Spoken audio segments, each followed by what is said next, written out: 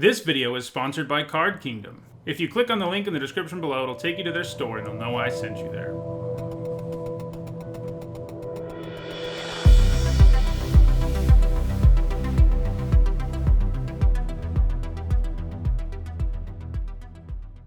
Hello everyone, I'm Nitsa and it is Wednesday, so that means it's time for another MTG Top 10. And before I go any further, let me be real with you, this video isn't really an MTG Top 10. In the past, I've never done one of these without 10 different cards to look at, but in this video, I wanted to look at something specific enough that there are only 5 examples. The topic for this video is cards that they never should have unbanned or unrestricted.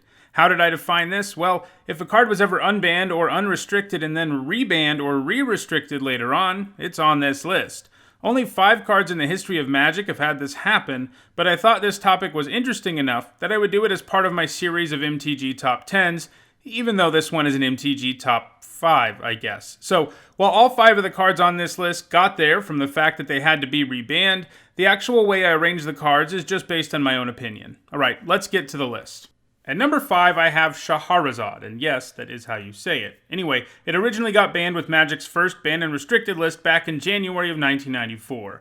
It didn't get banned for power reasons or anything like that. Instead, it was banned because it was bad for the health of the game.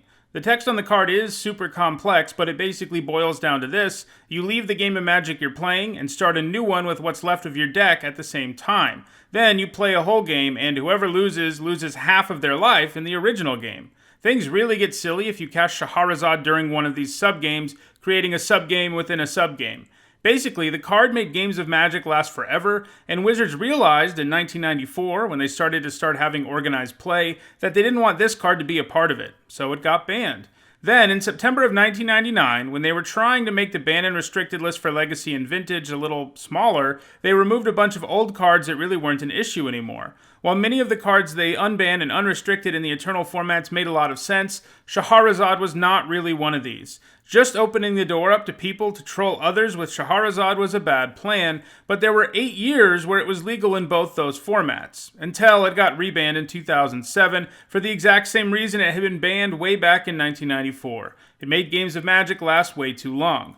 When Aaron Forsythe wrote about the card being banned again in 2007, he noted that while it hadn't happened, R&D was really afraid of people sideboarding in Shahar Azad after they won Game 1, with the whole plan being to draw the game out so long that you run out of time and the person who won Game 1 wins the whole match. While this might sound crazy, in a world where Burning Wish existed, you could also just run one Shahar Azad in your sideboard for that ideal situation when you'd won the first game and you just need to make the second game draw out, so it wasn't really a stretch at all. In the end, they banned it again, and it has stayed banned ever since then. The card definitely should never have been legal in any of Magic's formats because of all the problems it can create. At number 4, I have Golgari, Grave Troll, which comes with one of Magic's most busted mechanics, Dredge. Dredge makes it way too easy for decks to load up their graveyard, and the Troll has the highest dredge in the game. He easily allows you to stock your graveyard as early as turn 1, then you can take advantage of what's in the graveyard a wide variety of ways, but suffice it to say, it results in some very quick kills. The Grave Troll dominated Extended for several years, so when Modern was created in 2011, Wizards decided to have the Troll be preemptively banned so dredge decks wouldn't be too powerful, but then in 2015, Wizards decided to unban the Troll. At the time, Wizards felt that while the Troll was powerful, he could be part of a healthy metagame, and they may have been right for a while. Dredge decks were good but not broken, but then new cards were printed that worked incredibly well with the Troll, such as Prized Amalgam and Cathartic Reunion. These newly printed cards made Dredge too good, and Wizards was forced to ban the Troll again in 2017, and it even ended up getting restricted in Vintage earlier this year. Like I said, I can kind of understand an argument where Wizards thought it was an okay environment to unban the Troll, but the problem is, you know that when the Troll is legal, it doesn't take too much for a dredge deck to become good, and the printing of a few new cards that were good for the graveyard proved that. It seems like it was a bad idea to unban the card for that reason, because it was just going to be inevitable anyway. So, it probably just should never have been unbanned in the first place. Next, it's Mystical Tutor. While it doesn't add the card to your hand like some of the more broken tutors out there, it's a very flexible one, capable of searching up either instants or sorceries. Plus, it's an instant itself, so you can cast it at the end of your opponent's turn and then draw what you searched up. The Tutor was banned in Legacy and restricted in Vintage in September of 1999. That was one of the most active years ever in terms of bannings and restrictions because of a little something called Combo Winter, where pretty much every format was bogged down by extremely fast and consistent combo decks. Allowing players access to tutors, like Mystical Tutor, was part of the problem, so the Tutor got the axe that year. It has remained restricted in Vintage for the last 20 years, but in September of 2004, it was unbanned in Legacy. While it took a few years, by 2007, Mystical Tutor was having a significant impact on the Legacy format. It made a variety of combo decks more consistent. At first, this was the Hulk Flash deck that got banned out of existence, where it could help you find your Flash. And after that, it was mostly in Storm and Ad Nauseam combo decks, with some Reanimator decks also running it to search up their reanimation spells. By 2010, Mystical Tutor was right back where it had been when it was banned, making combo decks way too good in Legacy. After 6 years of being legal, it was rebanned in June of 2010. While this is another card that took a bit of time to get banned again, I do think this is a pretty obvious mistake. Most tutors are restricted or banned in the Eternal formats for a reason. They make combo decks too good, so deciding to unban one of them in Legacy just seems like a bad call. And it turns out it was. It helped out some of the most powerful decks in the history of Legacy. At number 2, I have Mishas Workshop, which is arguably one of the most powerful lands in the entire game.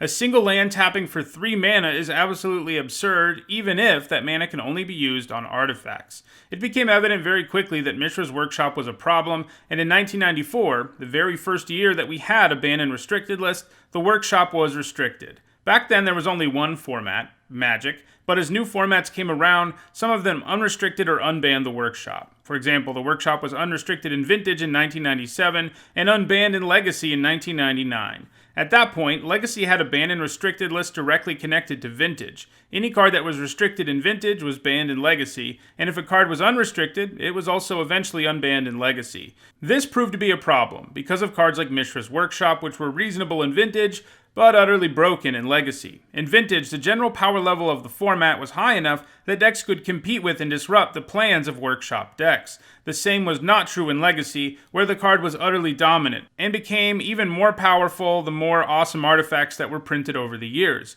Mishra's Workshop and a few other cards are what made it clear that Legacy needed its own banned and restricted list, something that would happen in 2004. When it did, the Workshop was one of the cards added to the list, with Wizards essentially admitting that ever having Workshop legal in Legacy was a huge mistake. Today, it remains banned in Legacy, and many people are actually clamoring for it to be restricted in Vintage too. That's just how good Workshop is in the Eternal formats. And at number 1, I have Gush, mostly because it's the only card in the game that went through 2 separate cycles of being unbanned or unrestricted, and then rebanned or re-restricted. Gush is a very powerful card draw spell since you can draw cards with it without spending any mana. Unlike the other cards we've looked at so far, Gush was never banned and then unbanned. It was banned in Legacy in 2003 and it remains banned in that format. However, Gush has had a pretty interesting history in Vintage since it was restricted and then unrestricted and restricted again on 2 different occasions.